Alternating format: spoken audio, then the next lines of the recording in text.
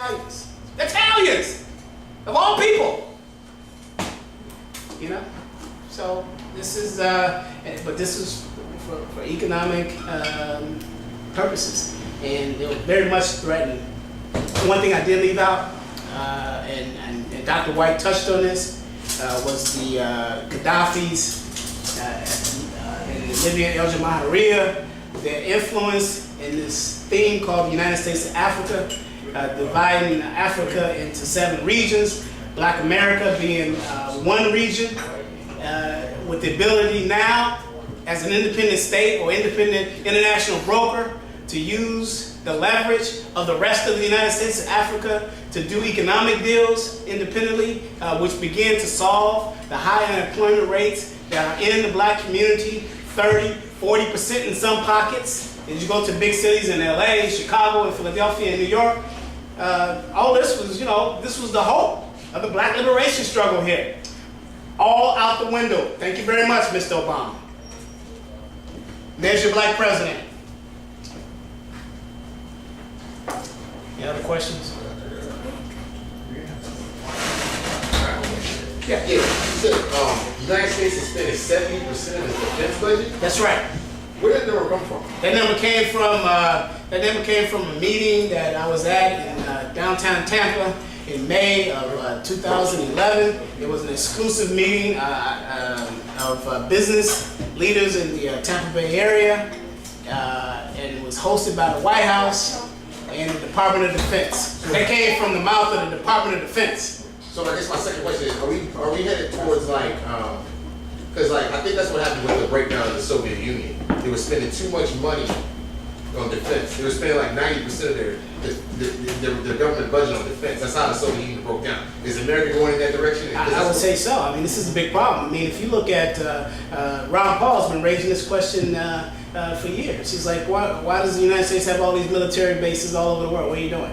I mean, they have military bases in Turkey, military bases in Germany. All this stuff costs money.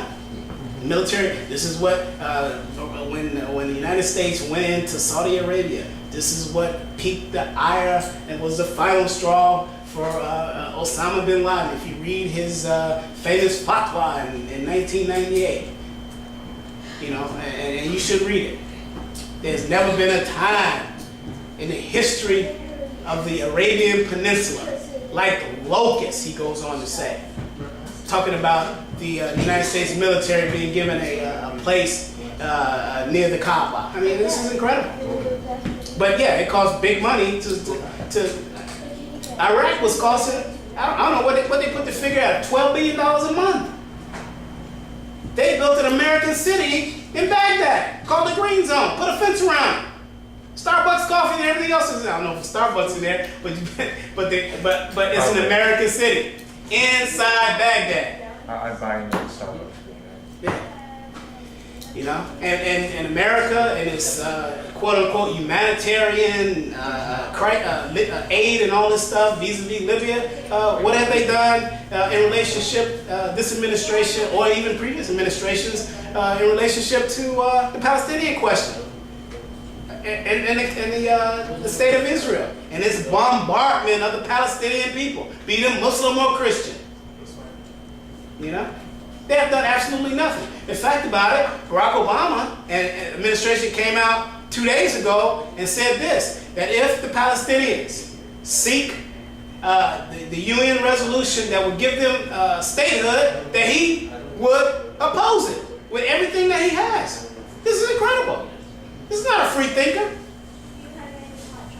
Malcolm said you've been hook-winged. You've been had. You've been took. You've been bamboozled because you're looking at skin color.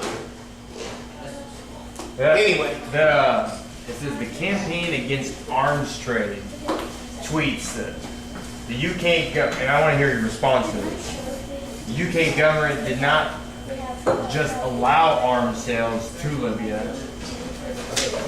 It went all the way to promote them. And you're talking about the Libyan rebels? Yeah, absolutely. The UK has a particular deep interest in this whole transfer of power, and that interest being an oil interest. This is well documented. So again, everything forces back to, the West does things politically for economic reasons. And we have to keep that in the forefront of our mind as we look through the muck of these issues.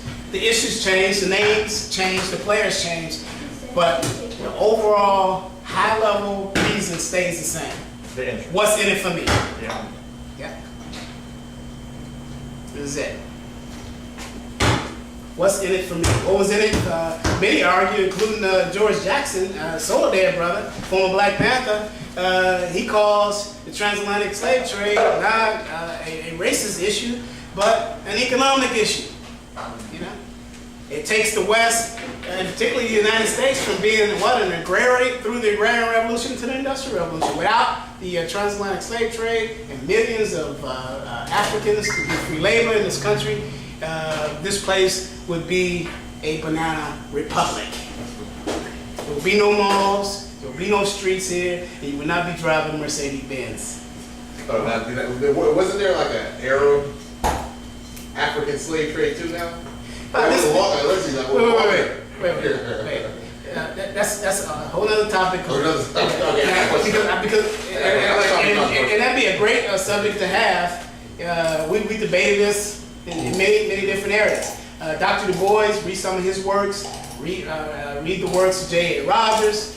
Read the works of Sheikh Anta Diop, who defute this. And I'm talking about Dr. Du Bois, one of the best intellectuals that we've produced in Black America, who became a Pan-Africanist and dies, of course, in Ghana, where he's buried, and has a memorial to him in Accra. They say absolutely not. Read the works of Imam Zayd Shaka, who says the same thing. Read the works of Amir Muhammad, who documented this whole issue. Also read the opposite side of that. The opposite side of that, and I'm just touching on this without doing the research, because I will come back with a whole bunch of stuff if you want to debate this, or we'll go over it. But also read the works of the other side of that argument, which was launched by in this country during the late 1960s, 1970s, 1980s by what we know as the Pan-Africanist movement in this country, the Afrocentric education movement in this country. People like Dr. Chancellor Williams. People like Dr. John Henry Clark, people like, Dr. I don't want to go over some of these names because some of these people I'm still in debate with, but it is one of the particular reasons why I chaired and founded the National Black United Front of Florida from 2003, right? The premier Black nationalist organization in this country, then headed by Dr. Conrad Worrell until 2007 over the issues of Muslims in Africa and that Darfur issue that I walked away from that chairmanship because of this anti-Muslim environment that was created by these Black academics who took over the Black Power struggle, Black Power movement in this country, by the way, in the 1970s. Dr. White? I want you to talk about the fact that how the United States and her allies claimed that it was a coalition, whereby it wasn't a coalition. The African Union had went against their solution and had their own solution in reference to Libya as to what should be done. But the United States and her allies greatly ignored it, and it's housed an attack on self-determinism. Can you speak to that? Yeah, the United States ignoring of the UN resolutions, and I talked about it, I got a whole list of them in my notes. We published those on our website, www.muslimstreet.net. Shows you that they obviously had an alternative mode here in terms of Libya. We maintain again that it came down to Gaddafi's influence over the other African nations and their disallowment of AFRICOM coming on the African continent as a host. And that was absolutely the final straw. How does he go from being the new darling of the Bush administration? That's right. Condoleezza Rice, and to being called out by Susan Rice as a madman and all this other kind of stuff leading up to that invasion. I said it in that mock interview. Hillary wouldn't shut up about it.